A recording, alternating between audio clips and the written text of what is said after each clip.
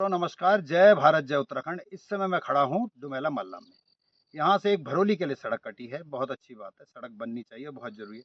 लेकिन वो सड़क लगभग 2 ढाई किलोमीटर बनने के बाद एक जगह पे आके वो रुक गई है। अब उसका ये परिणाम है कि उस सड़क पे करोड़ों रुपए खर्च हो चुके हैं, लेकिन उसका कोई फ़ायदा आम आदमी को नहीं मिल रहा है। वहीं दूसरी सड़क उसके ठीक पल्ली छाल आप देखेंगे कि एक सड़क है, जो कि सैतू खाल से बन के आई है और वो चंदौली तक ही बनी है, जबकि उसका मिलान परिंडा में होना था।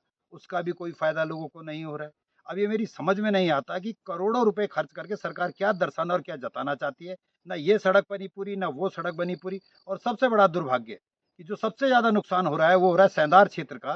कि अगर उस क्षेत्र के लोगों को बीरो खाल आना पड़ता है, तो उनको लगभग बेदी खाल होते हुए और लगभग 30 से 40 किलोमीटर अतिरिक्त घूम के आना पड़ता है, और वो एक बहुत बड़ी परेशानी है। तो चलिए देखते हैं क्या है इन सड़कों के हाल, और आपको दिखाते हैं तब।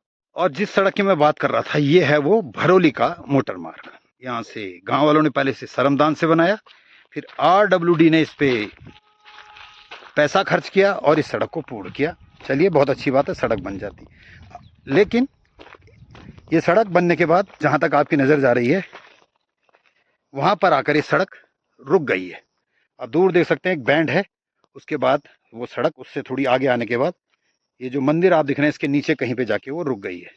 वहीं पल्ली तरफ आप एक देख रहे हैं, ग्राम चंदोली है वो गांव, और उसके नीचे भी एक सड़क है, और वो सड़क भी ग्राम चंदोली के नीचे आके रुक गई है। ना ये सड़क बनी, ना वो सड़क बनी। आखिर क्या मंशा है सरकार की, या क्या मंशा है इन अधिकारी कर्मचारी को, किस उद्देश्य से इन सड़कों को बना रहे हैं? क्योंकि अगर ये सड़क जो इस समय आप देख रहे हैं, ये भरोली गांव है, इसके की नीचे की सड़क भी अगर इस सामने जो सड़क इसके साथ इसका कनेक्शन होता, तो जो सेंधार क्षेत्र के लगभग 40 ग्राम सभाएं हैं, उनको इसका बम्पर फायदा होता, क्योंकि उनके लिए बीरोखाल आने जाने में बहुत सुविधा होती, या रामनगर अगर जाने में बहुत सुविधा होती। वहीं सामने जो आप चंदोली वाली सड़क देख रहे हैं, उसको भी वहां पे आके उसका बजट खत्म हो गया, जबकि उस सड़क को दूर देख रहे हैं आप, सेरा, और उसके नीचे है चंदोली बाजार, परिंडा बाजार, सॉरी, वहां पर इसको मिलना था। ये सड़क वहां भी नहीं मिली। अब मेरी समझ में नहीं आता अधिकारी कर्मचारी कैसे तो नियम बनाते हैं, कैसे इनकी सड़क की लंबाई नापते हैं, कैसे दूरी नापते हैं, जो कि एक भी सड़क को पूरा नहीं करते, और जनता को कोई भी लाभ नहीं होता सरकार के करोड़ों रुपए खर्च होने के बाद। तो मेरा निवेदन है हमारे सूबे के लोक निर्माण मंत्री आदरणीय सतपाल जी महाराज से, कि जो ये आपकी आंखों के सामने ये काम हो रहे हैं, इनको कृपया पूर्ण कराए, क्योंकि इन सड़कों के बनने का कोई उद्देश्य नहीं। क्योंकि अगर चंदौली अगर आज किसी को जाना होगा, तो बेचारा वो परिंडा वाले को घूम के आना पड़ेगा, तो बात वहीं की वहीं है। और जबकि चंदौली वाला अगर कोई बीमार होता है, घायल, और उसके सामने देखिए राष्ट्रीय राजमार्ग, उन बेचारे गांव वालों को दिखता, उनको भी कोई फायदा नहीं है। वहीं कमोवेश ये जो नीचे सड़क दिख रही है, इसकी भी यही थी, या तो इसको सड़क से मिला दो, या उस सड़क को परिंडा मिला दो।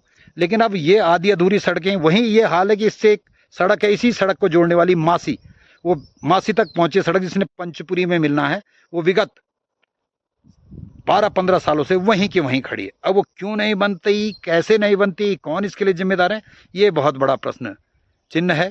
ये प्रश्न चिन्ह है क्योंकि यहाँ पर हमारे सूबे के जो लोक निर्माण मंत्री आदरणीय सतपाल महाराज यहीं का प्रतिनिधित्व लगातार कर रहे हैं दूसरी बार।